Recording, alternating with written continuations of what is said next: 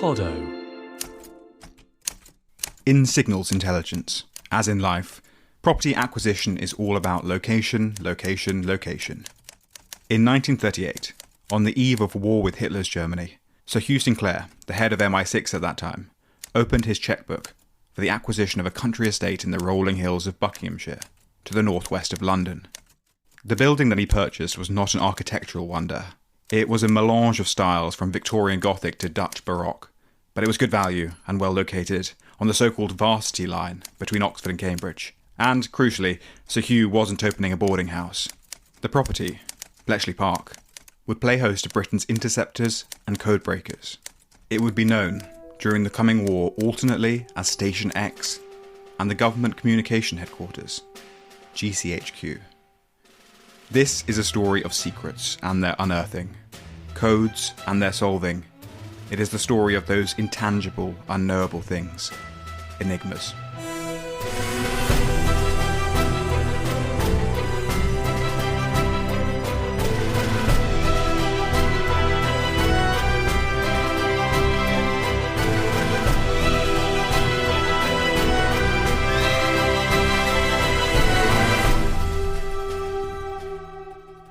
If you think of the great images of the Second World War, you'd likely think of the D-Day troops landing on the beaches of Normandy, or American soldiers raising the stars and stripes on Iwo Jima, or Soviet soldiers liberating Auschwitz and the horrors therein.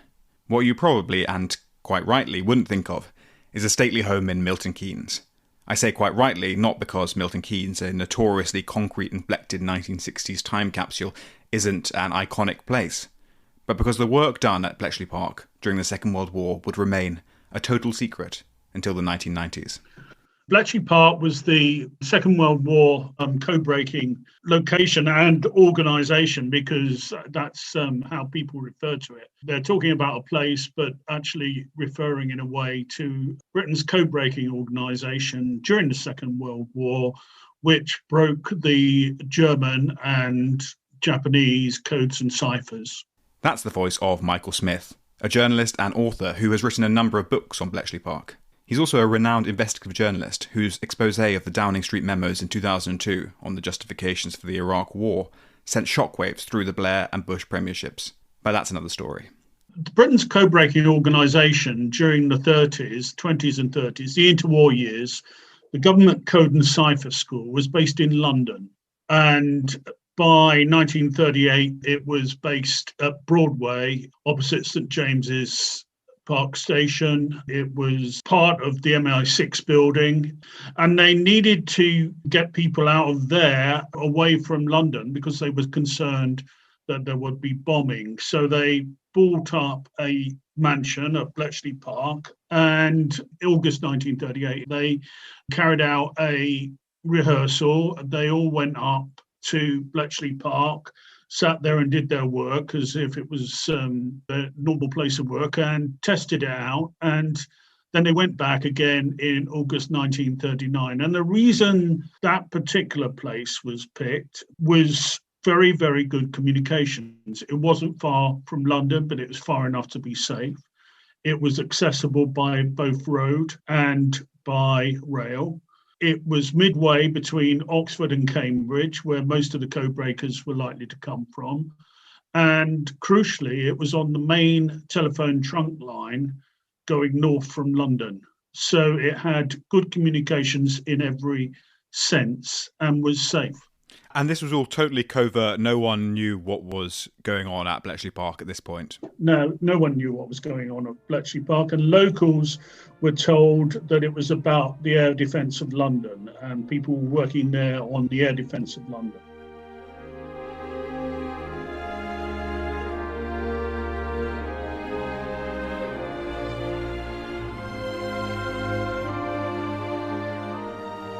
The Enigma machine, a mechanical cipher, was invented by German engineer Arthur Schubius at the dusk of the First World War. It was patented, which seems a kind of crazy thing to think of for a secret coding instrument, in the 1920s with the English name Enigma. It fitted into a wooden box that looked something like an antique medicine chest, and stamped on its front was the Enigma logo. which looks both remarkably modern in its typography and like it should be on the grill of some gas-guzzling truck as it roars past the cornfields of the American Midwest. The machine was supposedly named in recognition of Edward Elgar's Enigma variations, an orchestral work of the late 19th century which was ranked 4th in the 2021 Classic FM Hall of Fame. I'm listening to it now as I write this, though probably not as I read this, which rather confuses the interpretation of temporality and the ego. Am I the Nick that is writing this, or am I the Nick that is reading it? Anyhow, Elgar infused each of these variations with a cryptogrammatical reference to a friend or family member, hence the name. The most famous of these variations is the Ninth Nimrod, named for the ancient Mesopotamian king who built the Tower of Babel and whose hubris caused the scattering of languages across the world.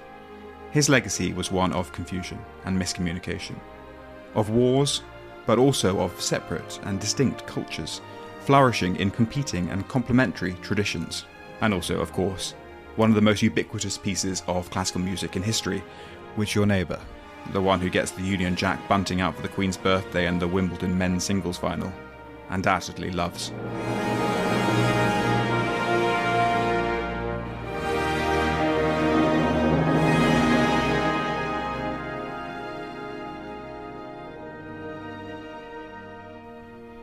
Elgar died from colorectal cancer in February 1934. Just 3 months later, the other great British composer of the early 20th century, Gustav Holst, passed away too. A quarter year that stripped the country's classical music scene back to just Ralph Vaughan Williams. Despite his Germanic-sounding name, indeed his father was called Adolf von Holst, Gustav Holst was born in that quintessentially Anglo setting, Cheltenham. Yeah, he was born in Cheltenham. I suppose he lived there probably for about the first 18, 19 years of his life, there when he went to study at the Royal College in London. That's the voice of Colin Matthews, a composer who was music assistant to Benjamin Britten. He now serves as executive administrator of the Holst Foundation at the Britten Pearce Foundation in Aldborough. And I don't think he ever returned there. I mean, he found it quite difficult to make a living as a composer in early years. He actually played as a trombonist in several orchestras, even playing, I think, with the Scottish National Orchestra under Richard Strauss.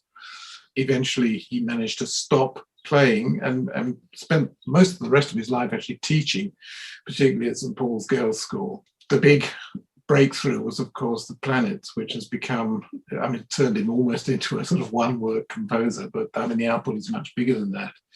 But he never wanted to repeat himself. So there are the work immediately after The Planets, or very soon afterwards, The Hymn of Jesus, which is a completely contrasting work. And some of the later works are very interned and introspective. He found popularity something rather disconcerting. Talk me through the composition of The Planets, the inspiration for it. I don't know how you, as a Holst enthusiast, let's say, where you would personally place The Planets, whether you think it's the seminal work or whether you think it's overrated or obscures other things. Talking through its importance as a piece of music. Well, he came to The Planets through an interest in astrology, which actually developed from his fascination with Sanskrit literature, which is one of the things that determined some of his early music. He wasn't exactly a believer in astrology, but he found it a very good hook to base the 7 movements of the planets on the sort of astrological significance. So you get the titles, Neptune, the mystic, Jupiter, the bringer of jollity, and so on. They're characteristic of Holst because they're all relatively short pieces. He worked best on a short scale, so there's no movement that lasts more than, say, 7 or 8 minutes. And they are quite unique in a way. There's nothing that parallels it. You might think of, Mussorgsky's pictures of an exhibition as a collection of pieces, or even, say, Debussy's La Mer, and he was certainly influenced by Debussy. I rate it very highly. I think it has overshadowed. There are other works which I personally prefer, but I have a great love of the piece, and it doesn't go stale. There's always something new to find in it.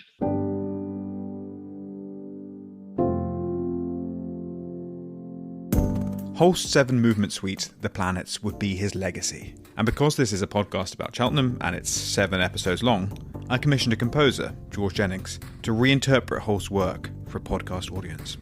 Being asked to reference something as big as that and as culturally sort of well known as that.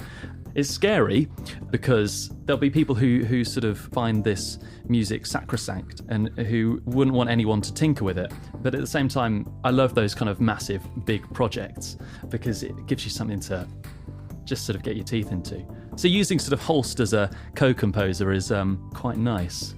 I know that they're bombastic in a way. Well, a lot of them are. It's a good feeling for a composer to be able to sort of really go there. I might be wrong in saying this, but I sort of feel like they're maybe a little bit unfashionable at the moment, the planets. Oh yeah, of course, yeah. There's the bit in Is it Jupiter where the tune that most people will know as I Vow to Thee My Country comes in, and it's a bit like it actually kind of throws you. It genuinely was the most well-known pieces were the most challenging. Suddenly everything stops, and then you get this sort of, I mean, if you were to just play it on the piano, it'd sound like a piece of modern pop. I mean, I'm just going to even date what I know, but you know, something that could be released by One Direction if you put a sort of drum beat behind it. I know they're split up. Very sad. I think you've got to lean into that and not be afraid of the well-known aspect of it and the slightly unfashionable aspect of it. And I went full sort of Pet Shop Boys with it and turned it into some sort of almost dance track in the sort of vein of Always on My Mind.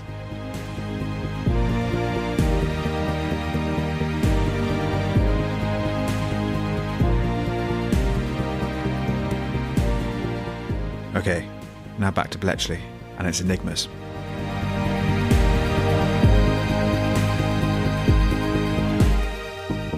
The British had bought and examined an Enigma machine in the 1920s, and they were able to facilitate a small amount of decryption during the Spanish Civil War.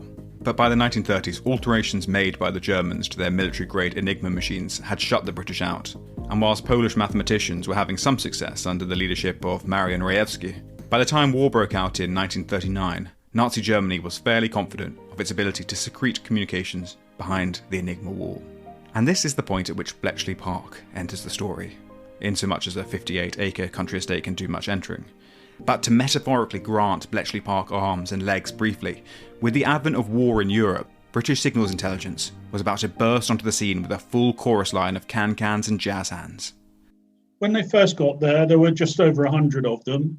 Because of the way recruitment was done into that sort of secret organisation during the interwar years and indeed the First World War, because some of them had been part of the government code and cypher school during the First World War, they were largely people from the establishment.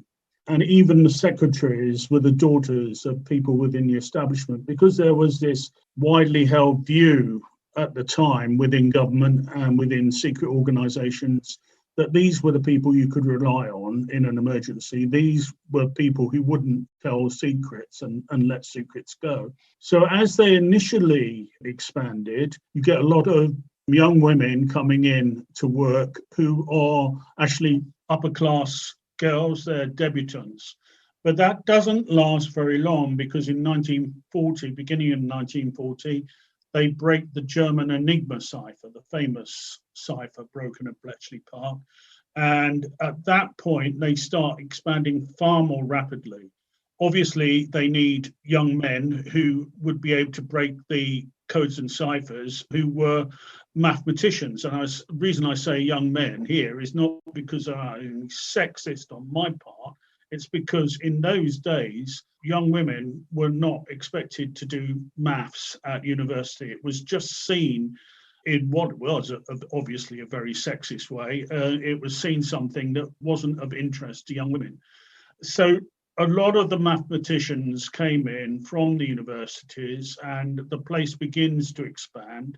And then you need more young women. And there were odd places, like Aberdeen University had a large number of female maths graduates, so you could get those women in from there. They also needed women to do clerical roles, not just breaking the codes. There was a lot of work in terms of listing messages so they could be seen which messages might be broken easily, writing down streams of numbers, all this sort of stuff. And it needed people who would just sit there and do it. And so obviously with war on and the Army and the Air Force and Navy recruiting as many men as they could, Bletchley Park didn't really have much call on men outside the maths graduates that they needed to break the codes. I can't do better than the official historian, so I'm not going to try. That's the voice of Demot Turing, author of X, Y, and Z, the real story of how Enigma was broken. He is also, as you might have guessed, the nephew of Alan Turing. His personal opinion was that the work done at Bletchley Park, so the words are being carefully chosen, the work done at Bletchley Park could have shortened the war by as much as 2 years. What he is not saying is the work on Enigma shortened the war by 2 years, or the work of Alan Turing shortened the war by 2 years. He didn't say that. The whole collective effort, 10,000 people working on a variety of different problems, but producing this intelligence product, which was giving unprecedented insight into thinking both at a strategic and at more tactical levels of what essentially battlefield commanders and strategic planners were going to have to think about next week. They were presented essentially with a complete picture of what the enemy already knew. That was priceless. And I think it was the first time in any major conflicts that sort of complete intelligence about what the other side are up to and what they're thinking about possibly doing. And that, I think, is what was in his mind when he said that it could have shortened the war by as much as 2 years. It's hard to overestimate the challenge during the war of decrypting the communications from an Enigma machine. Based on the positioning of the rotors and plug board, the machine would produce a constantly randomizing reinterpretation of the data being input on its standard keyboard. Well, fairly standard. Germans, of course, to this day use the QWERTZ rather than QWERTY layout, because they say things like 60, and English says things like 60. This created a code with 103 sextillion potential combinations. All these numbers are getting quite sexy. Long before WhatsApp, this constituted end-to-end encryption. Machines had to be programmed to read one another and then move to different stations. German coders would use ever-changing passwords, creating a secure tunnel for the communications. So even with seized or purchased Enigma machines to disassemble and analyse, the team at Bletchley Park still had all their work left to do. This wasn't just a hardware issue. It was an issue with that softest of software, the human brain. So, how did they crack it? Well, Alan Turing and the teams in Huts 3, 4 and 8 used a combination of maths, behavioural science and supercomputing, or what passed for supercomputing, in 1941. At Bletchley Park, when they started at Bletchley Park, the codebreakers would have a pad of paper, a pencil and the messages with the codes on, and they'd work from that. By the end of the war, they were working on using, for one of the ciphers, they were using the world's first operational electronic digital computer, Colossus. And so that went on, that expanded. Actually, the Americans, although the British had developed that computer, the Americans took that far further, and they had the lead on technology for many years until the 70s, when you start to see GCHQ getting back into that.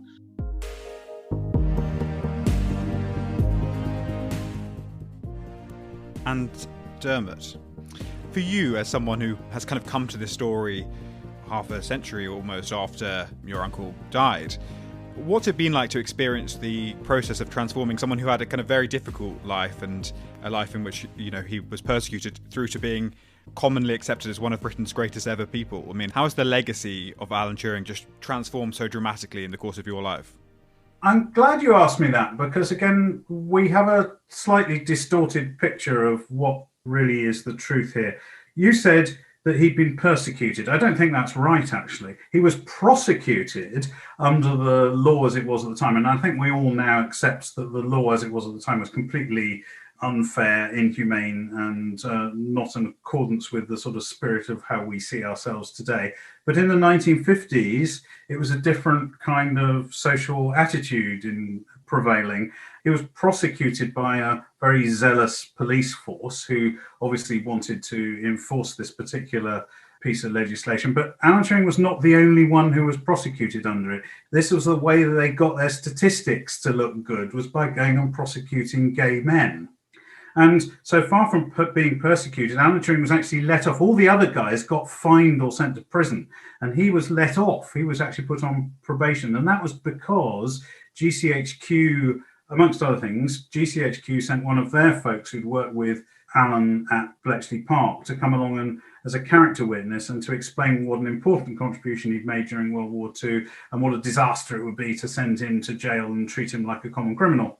It was after he came out of the courtroom that things all started to go horribly wrong, because part of the condition of being put on probation and not sent to jail was that he would present himself for medical treatment. I mean, this is equally Kafkaesque, because it regarded, if you're not a criminal because you're gay, then you must be mad because you're gay. And so he was sent off to have psychoanalysis, but then also this awful hormone treatment. So he had to have injections and then an implant of synthetic estrogen, which was designed to try and either cure him of being gay, I don't know quite what that means, or suppress his libido, which obviously, I mean, that's totally inhuman. But that, I think, is the sort of craziness of the attitudes of the medical profession at the time to what being gay actually meant. So you asked me about how all that sort of influences the way that we think about Alan Turing today. I think what's very easy is for people to take away this idea that this horrendous piece of legislation caused somebody who we now regard as being a war hero, and then these terrible things happened to him, and the belief that most people have is that that is what led directly to him taking his own life 2 years later. In fact, I'm reasonably confident that the two episodes are actually quite distinct, and that the process of getting over what had happened to him as a result of being subjected to this treatment, as it was called, he pretty much got over that by the mid part of 1953, and he was back on being sort of normal form as being a professor and what he did best. I think we need to look elsewhere, and I think it was probably boyfriend trouble that was the immediate cause of him taking his own life. Let me tell you one last thing about this, which is that I think that Alan Turing would have detested the idea that people could think of him as a victim. He was very defiant and sort of almost perversely proud about what had happened when he was in court. He didn't think he'd done anything wrong, and he was quite willing to stand up and tell the world that. That doesn't fit the image of somebody who is going to collapse under the strain of it all and to be regarded as some sort of victim. And I think he would have found that rather offensive, that people should come up with that kind of characterization of him. And that, I think, is a sort of a symptom of his strength and sort of self-determination and actually his very positive character. After the war, the government code and cypher school moved from Bletchley to Eastcott, an RAF base in Hillington, on the fringe of Greater London, for a few years before, in 1951, it relocated to Cheltenham. But the work done at Bletchley Park, and GCHQ as it would ultimately be named, remained a secret for decades. How was Bletchley Park and the work that your uncle did there, how was it talked about when you were kind of growing up in your family? What people perhaps don't realise is that Bletchley Park was a closely guarded secret until the mid-1970s. And I'm afraid, sorry to say, that I'm now so old that I was a teenager until the end of the 1970s. So throughout all that time, it was a closely guarded secret. The only way the family found out what had happened at Bletchley Park is through the media, when through a sort of somewhat disorderly process, the story became public, and that was partly exercise in investigatory journalism, and partly that the government realised that to try and conceal the existence of GCHQ from the public forever was going to be a doomed objective, so they decided to release it. Alan Turing's role at Bletchley Park in particular was really not at all well known until the mid-1980s, when Andrew Hodges published the first sort of really sensibly, thoroughly researched biography of Alan Turing. And revealed his role in creating the bomb machine there. So really, frankly, that meant that we didn't talk about it at home. We didn't know, there wasn't anything to talk about. We didn't know.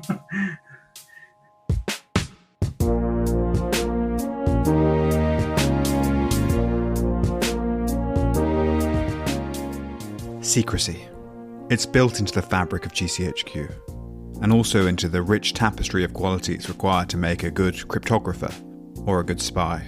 The danger is that when people get used to hiding a secret so big, other, smaller secrets slip in as well, like drops of water in the ocean or blades of grass on a manicured Milton Keynes lawn. The best lies are lies buried in truth. That's the voice of Jenny Radcliffe, a people hacker and ethical burglar who advises on security protocols. You've got to keep whatever it is their cover story is, needs to be quite close to who they are. By which I mean something like if someone's cover story was that they were a computer technician, that would be no good with someone like me who isn't particularly good or interested in tech, right? So you stick to as close, or like if they're very athletic, stick to the athletic side of it, but don't say you're athletic if, again, that just isn't something you do. So a lie that has to be sustained over a long time needs to be as close to the truth as you can. Move away from the true story. Remember the cover story, which you're constructing all the time, and stick to that story. What you end up with in a lie, let alone a lie over time, is cognitive override, basically. Cognitive load's very, very high. And when our cognitive load's very, very high, other things stop. So, for example, in an interview, in an interview with a criminal or with someone who was under suspicion of some kind, their fine motor skills are one of the first things to go if they're lying. So if you're going to sustain a lie over time, it needs to be something that you can live quite easily and really be mostly true until the point it isn't. How much of good, or perhaps we should say competent for the sake of moral judgment, how much of competent lying is innate and kind of character, personality driven, and how much of it is kind of research and applied? The success of a lie depends on three things. It depends on the liar, on the lie detector, so who's watching out and who's trying to spot it, and the lie itself. So lies without many consequences, like, your lasagna's fabulous, your bum doesn't look big in this, are harder to spot and easy to sustain because consequence is very, very important. Accomplished liars, it becomes almost, they can't help it, it becomes almost pathological and it's just constantly. So an accomplished liar is someone who lies all the time, it's almost sociopathic tendencies. That is harder to spot, but at that point, it depends on the lie detector, because what you're actually looking for then is, even if someone's kind of very smooth in this story, is rehearsed it very, very well, that in itself is an indication. Alan Turing was arrested for gross indecency, an unpleasant contemporary euphemism for homosexuality, in 1952, on the first full day of the reign of Elizabeth II. Isn't history a funny thing? So long and, at the same time, so short. It's like when you think about dinosaurs. Dinosaurs were knocking about for around 179 million years, up to 65 million years ago, when, at the end of the Cretaceous period, some sort of meteorite or comet made impact with the Earth in an extinction event that immediately wrote off those dinosaurs and their 179 million years of dinosaur social history. Humans, which is to say Homo sapiens, have been knocking about for 300,000 years. In case you're, like me, not a mathematician, 300,000 goes into 179,595 times, which is to say that dinosaur history accounts for almost 600 times the entirety of human existence, which might seem like a relatively inconsequential tidbit, but stop for a second and think about everything. The sheer density of history that humans have squeezed into 300,000 years. And then think about those 179 million years, where the Earth was just full of dinosaurs doing their dinosaur business, and each day followed on from the next with no sense of social or cultural development, just a hard reset, like a bad 80s sitcom where whatever shenanigans have occurred, whatever change has been enacted, everything will be the same again tomorrow.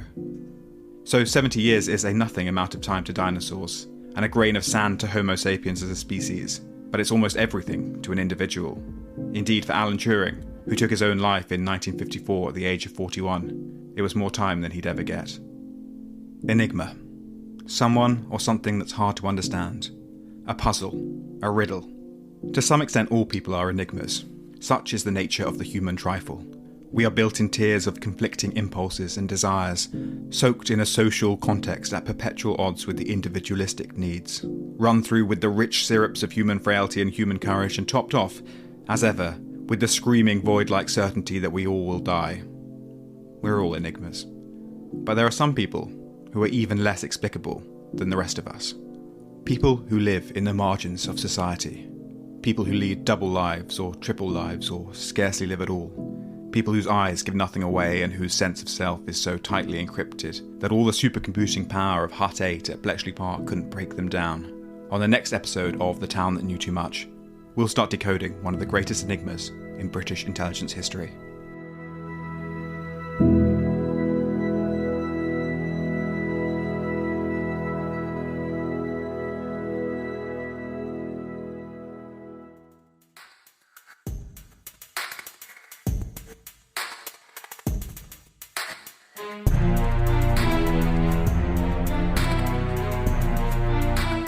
This has been the second episode of The Town That Knew Too Much, written, produced and presented by me, Nick Hilton. The music is by George Jennings, based on The Planets by Gustav Holst. The entire score for the series is available now to stream on Spotify. This is the second part of a 7-part series available on all good podcast platforms. You can find out more about the show on Twitter, Instagram or Facebook. Just go to @thetownpod or visit www.thetownpod.com for episode notes and more information. If you've enjoyed the show, please go to your podcast provider and leave a rating and a very positive review, please. And do recommend the podcast to friends, family and colleagues. That's how the show finds its audience, which is the most important thing to me. And feel free to tag me in any Twitter or Instagram posts @NickFTHilton and @Nick_Hilton, respectively. The Town That Knew Too Much is a Podo podcast. For more information, visit Podopods, that's PODOT pods.com.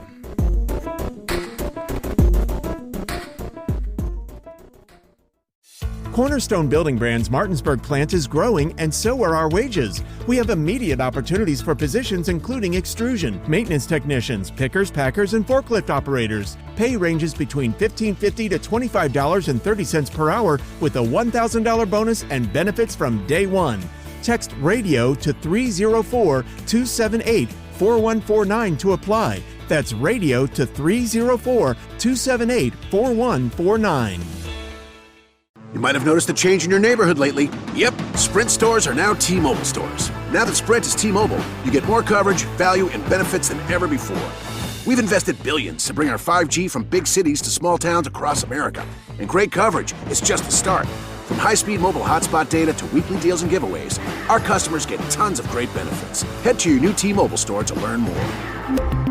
Qualifying service and capable device required. Coverage not available in some areas. Some uses may require certain plan or features. See T-Mobile.com.